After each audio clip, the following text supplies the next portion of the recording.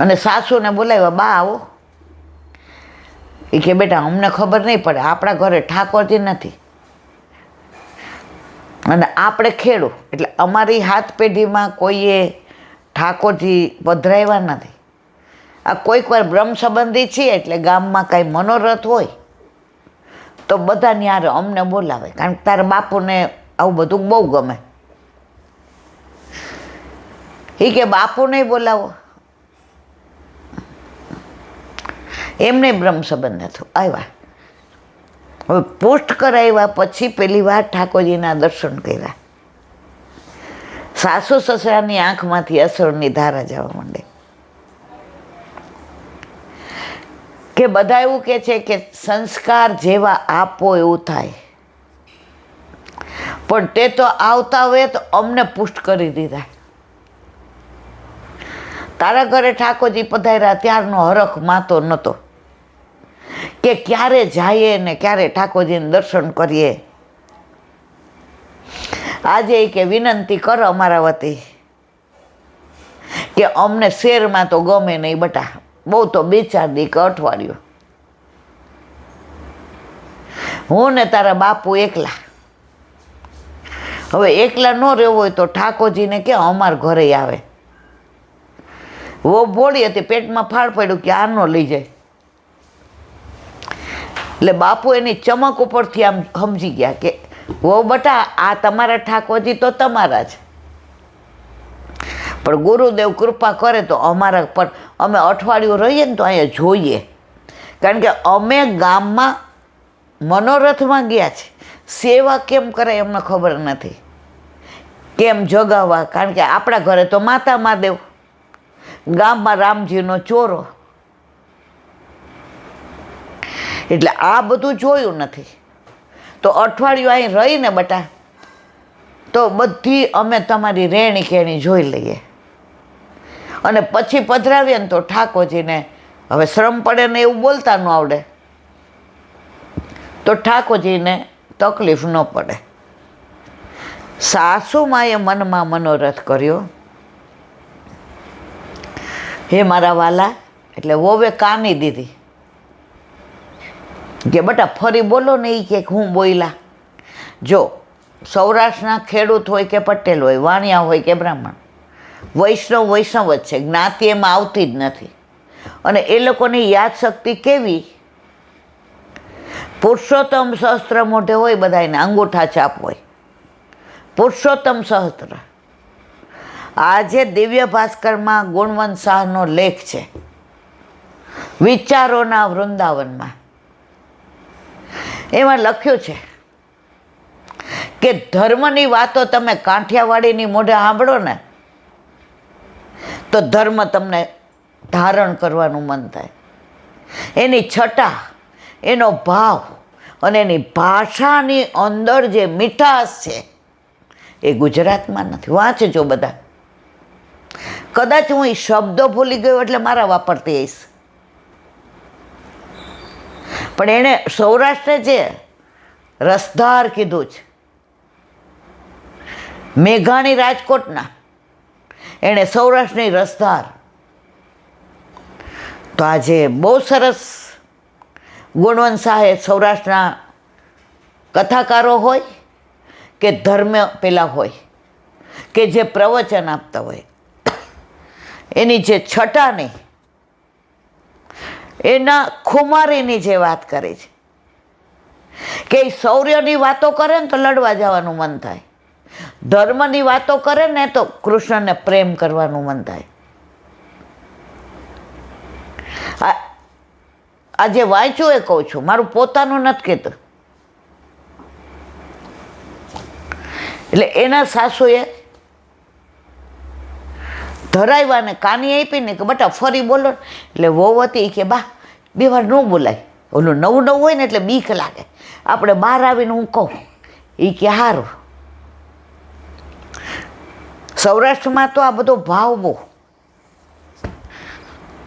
ત્યારે સાસુએ મનમાં મનોરથ કર્યો કે પ્રભુ મને કાંઈ નથી આવડતું, આપનું સ્વરૂપ જોયું, દર્શન કર્યા, આ મંદિર જોયું ને હવે પીછવાઈને એવું બોલતા ન આવડે, આ પાછળ ઓલું લગાડ્યું છે ને આ રમકડા ખીલોનાય બોલતા ન આવડે, જારીજી બોલતા ન આવડે, નેવડો ન આવડે, મુખવસ્ત્ર ન આવડે, વેણું ન આવડે, લકુટી ન આવડે, માળાજી ફૂલને કશી જ ખબર નહીં. પણ નક્કી કર્યું કે અઠવાડિયું 10 દી 15 દી અહીંયા રહી આજે આવું સૌભાગ્યશાળી થવું છે. યમુનાજીનું 20મું પદ યાદ કરો. ભાગ્ય સૌભાગ્ય સી યમને જુદય. બ્રહ્મ સંબંધ લીધું એ આપણા ભાગ્ય, પણ ઠાકોરજી ઘરે પધાર્યા, વલ્લભે કૃપા કરી, એ આપણું સૌભાગ્ય છે. ભૂતલ પર આટલા બધા બ્રહ્મ સંબંધી વૈષ્ણવ છે, પણ બધાને ઘરે સૌભાગ્ય નથી, ભાગ્ય છે.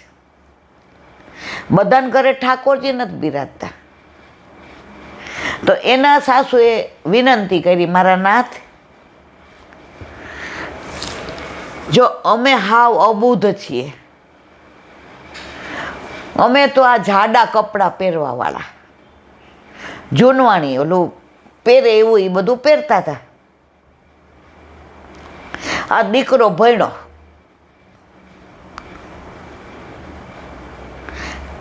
ખેતી કરવા સિવાય અમને કાંઈ આવડતું નથી, અમે હાવ ગમાર છીએ. પણ આ લાલચ રોકી નથી શકાતી. આ ઠાકોરજીના મંદિરને, આ અહીંયા આવ્યો તો અંદરની સુગંધ ને અંદરનો પ્રભાવ ને, ભલે આ 2 રૂમ રસોડામાં ભાડે રહીએ છે, આટલાકમાં ઠાકોરજી, પણ અમારું ઓલું 5 રૂમનું ખોરડું છે એના કરતાં અહીંયા રાજમહેલમાં હોય એવા આવી ગયા છે. તો જો અમે હાવ આવા અબૂત છીએ, પણ અમારા ઘરે પધારવાની કૃપા કરવાના હો, તો આજે આ માખણ વડા થઈ રહ્યા છે, અને કાંઈક એવું અમને જતાવી દો કે આપ અમારા ઘરે પધારો. હવે આ બધું એ અંદર બોલ્યા, એના સસરા કે એનો દીકરો કે એની વહુ કોઈ સાંભળે નહીં, એમ મનમાં મનોરથ. હવે બધું સરાયું એટલે દીકરાએ કીધું કે બા મારે જવું પડશે.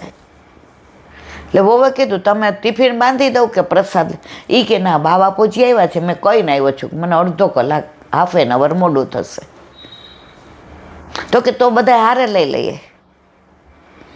એટલે વહુએ કીધું કે આ બધું તમે અંદર પધરાવો, હું અનુસર કરીને આવું છું. ઠાકોરજીને અનુસર કરતા વહુ કે મારા વાલા બ્રહ્મ સંબંધી જ છો, એટલે દર્શન કરાવ્યા, અન્ય માર્ગે ન કરાવવું. અને એમના દીકરા એમણે મારી સાથે લગ્ન કરી દીધા, તો આજે આ ઘરને આ બધું આપ મારા ઘરે પધાર્યા. હવે બધા પ્રસાદ લઈને બેઠા હતા, એટલે સાસુએ કીધું, એ કે ઓલી કાની આપતી તેની વાત કર ને, એ કે હવે તાલાવેલી લાગી પુષ્ટ કરાવવાની. અત્યાર સુધી ગામમાં જાતા બધાય બ્રહ્મ સંબંધ લે એટલે એણે લીધું હતું. વોટ ધ મિનિંગ ઓફ બ્રહ્મ સંબંધ એ કાંઈ એને નહોતી ખબર. પછી કે બા તમે બ્રહ્મ સંબંધી છો ને, એટલે એ કે તમને કાંઈ વાંધો ન આવે. એ કે બટા પણ બ્રહ્મ સંબંધનો અર્થ જ નથી ખબર. પુસ્તક લઈ આવી ઓલી, કારણ કે આને નવું હતું, એટલે પુસ્તકો બધા હતા 84 252 ને શિક્ષાપત્ર. એટલે બપોરે સાસુને કહે કે હા આપણે વાંચીએ, કામ બધું હાથે કરે. અને સાસુ હજી 52 વર્ષના જ હતા. એ કહેલા હું પ્લેટફોર્મ કરું, તું વાસણ કર નાખ. મનમાં સાસુએ વિચાર કર્યો, જેટલા દી રહું ને એટલી વાર આ પુસ્તક વાંચે અને મને કાંઈક સમજણ પાડે તો પ્રભુ પધારે, તો એને તકલીફ ન પડે. જો આપણે બોલીએ શ્રમ ન પડે, પણ હજી એ ત્યાં નહોતા પહોંચ્યા. હવે સવારે વિનંતી શું કરી કે હે પ્રભુ, જો મારા ઘરે પધારવાના હો તો કાંઈક જતાવજો. એને આવડતું નહોતું કે કોઈ આવે કે હા કે ના. તો આની આરે જે વૈષ્ણવે ઠાકોરજી પુષ્ટ કરાવ્યા હતા એને સમાચાર મળ્યા કે આના સાસુ સસરા આવ્યા છે. તો એને એમ થયું ભગવત સ્મરણ કરી આવીએ અને વધામણી દઈ આવીએ કે તમારે વોવે જો આજે પર્યાણ એણે કર્યું અને એની પાછળ અમે 6 જણાએ ઠાકોરજી પુષ્ટ કરાવ્યા. તો એણે ઓલા બીજાને ફોન કર્યો તો 3 કપલ એટલે 6 જણા. એ 6એ સાંજે ભગવત સ્મરણ કરવા આવ્યા પ્રસાદ લઈને. હવે પરાકાષ્ઠા જુઓ, દીકરો મોડો આવ્યો અને ફોન આવ્યો કે તમે લોકો બધા જમી લેજો, આજે મીટિંગ છે એટલે મારે મોડું થશે. સસરાએ કીધું કાંઈ વાંધો નહીં, અમે બે હારે ખાય. એટલે વહુ કે ના પપ્પા એનું કાંઈ નક્કી નહીં બાપા, એ તો 10 વાગે આવે ને 11 વાગે. તો કે જમ એ કે ત્યાં ઓફિસમાં નાસ્તો બાસ્તો કરે ને, ચિંતા કરો. પ્રસાદ લઈ લીધો. ઓલા 6 માખણ વડા ભૂલાઈ ગયા. હવે બહાર આવીને બેઠા, ઓલાએ ભગવત સ્મરણ કર્યા. એ કે બા અમે બધા હારે ઠાકોરજી પુષ્ટ કરાવ્યા. અમારી કીટી પાર્ટી ઠાકોરજીની છે કે ઓલી નથી, અમારી કીટી પાર્ટી ઠાકોરજીની. અમે નક્કી કર્યો કે અઠવાડિયે 1 વાર મળવું. એમાં અમને કોઈને સામગ્રી નથી આવડતી, શૃંગારના નામ નથી આવડતા, તો પુસ્તકમાં બધું આવે છે. તો અમે બધાએ નક્કી કર્યું કે બધા પુસ્તક હમણાં નહીં વસાવી શકે, કારણ કે બધાની સ્થિતિ સરખી ના હોય. કોઈએ સામગ્રીનું વસાવ્યું ને કોઈએ શૃંગારનું. આને ગોળ પાક કહેવાય ને, આને કર્ણફૂલ કહેવાય ને, આને અલકાવલી કહેવાય ને, આને નખવેસર કહેવાય ને, આને કંઠમાલા કહેવાય, કંઠાભરણ, આને કઠી મેખલા કહેવાય ને. તો કે આજે કરવાનું છે. એને સાસુ રાજી થઈ ગયા. એ કે હવાર કીધું તો મારા ઘર પધારવું હોય તો કાંઈક કહેજો. આ 6 વૈષ્ણવ આવી ગયા. ત્યાં દીકરો આવી ગયો. એ કે હું જમીને આવ્યો છું. હવે વોવે કીધું કે તમે બધા તૈયારી કરો. વૈષ્ણવ આવ્યા હતા એટલે દૂધ ઉકાળ્યું. સવારનું ઠાકોરજીનું મંગળા ભોગનું હતું એ ઓલા ઉકાળેલા દૂધમાં પધરાવી દીધું એટલે બધું પ્રસાદી થઈ ગયું. સત્સંગ કર્યો એટલે દૂધ દેવા માટે ત્યાં એના વરે કીધું હવે માખણ વડા ધરાવ્યા હતા રાખ્યા કે નહીં મારા માટે.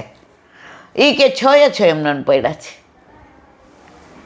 અને બધાયને માખણ વડા દીધા. બધાએ સરાહના કરી, આ નવી સામગ્રી તે શેમાંથી કરી? તને કોઈ કીધી હતી? આ પુસ્તકમાં છે. એટલે વહુ કે હાલતું ચાલતું પુસ્તક. મારા સાસુ, મારા બા, પણ પેલા વૈષ્ણવ. એમણે મારા વરને બ્રહ્મ સંબંધ ન દીધું હોત તો મારા ઘર ઠાકોરજી ના હોત. એટલે હું એમની ઋણી છું. સાસુએ બધાને વિનંતી કરી કે આ છોકરાઓ બધા નોકરી ધંધે જાય, પણ તમે બધા રાતના અડધો કલાક આવો ને તો આ બધી વાતો કરો ને તો મારે ઠાકોરજી વહુ આમ છક્ક થઈ ગઈ. વહુ થકી સાસુને ત્યાં ઠાકોરજી, સાસુ થકી વહુને ત્યાં આવે. એ તો હવે સમજા આ પુષ્ટિ. અને અઠવાડિયા પછી દાદા કહેવા માંડ્યા, બાપુ એ કે હાલો હવે ઘરે હોય. એ કે મને ગૌરી ગાય બહુ યાદ આવી છે. ઓલી ગીરની ગાય હતી ને એનું નામ ગૌરી પાડ્યું. મને ગૌરી ગાય બહુ યાદ. હવે એ કે હાથી બિચારા આપણી રાહ જોતા હશે. ગુરુદેવને પૂછ્યું. એ કે એટલે તો તમારે બહુ પધરાવ્યા હતા, તમારા ઘરે પધારવું છે. તુજ સંગ કોઈ વૈષ્ણવ થાય તો તું વૈષ્ણવ સાચો, તારા સંગનો રંગ ના લાગે ત્યાં સુધી તું કાચો. તો પુષ્ટિ માર્ગ છે ને એ ભગવદીઓ દ્વારા ભગવાન મળે, ભગવાન દ્વારા ભગવાન મળે નહીં. આજે આ દોતી માર્ગ છે. ઘણા આવે ઈલાબેન ફોન કરીને આજ્ઞા લઈ દો ને. હું કહું જઈ આવો ને મારા વાલા. એ કે ના ના ના ના. પછી તો એવા જવા માંડે ગુરુ ઘરે નિધિના સ્વરૂપના દર્શન કરવા. પણ શરૂઆતમાં હું હોઉં કે હોય આપણને એવું થતું હતું.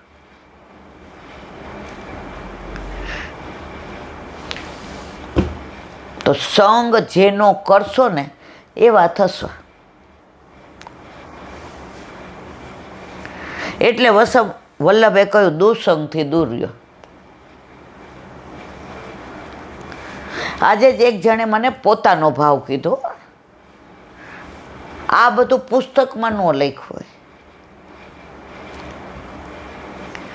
એ કે રાધાજીએ જ્યારે કૃષ્ણ જાતા હતા ગોકુળથી મથુરા, આ ભાવ મર્યાદા માર્ગે છે પણ મને બહુ ગમ્યું.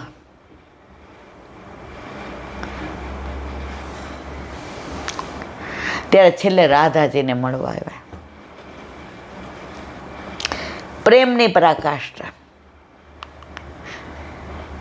પ્રભુની એક વિશેષતા, જ્યાંથી છોડીને જાય ત્યાં પાછા ક્યારેય આવ્યા નથી. ગોકુળ છોડીને મથુરા આવ્યા, ગોકુળ પાછા નથી આવ્યા. મથુરા છોડીને દ્વારકા આવ્યા, મથુરા પાછા ક્યારેય નથી આવ્યા.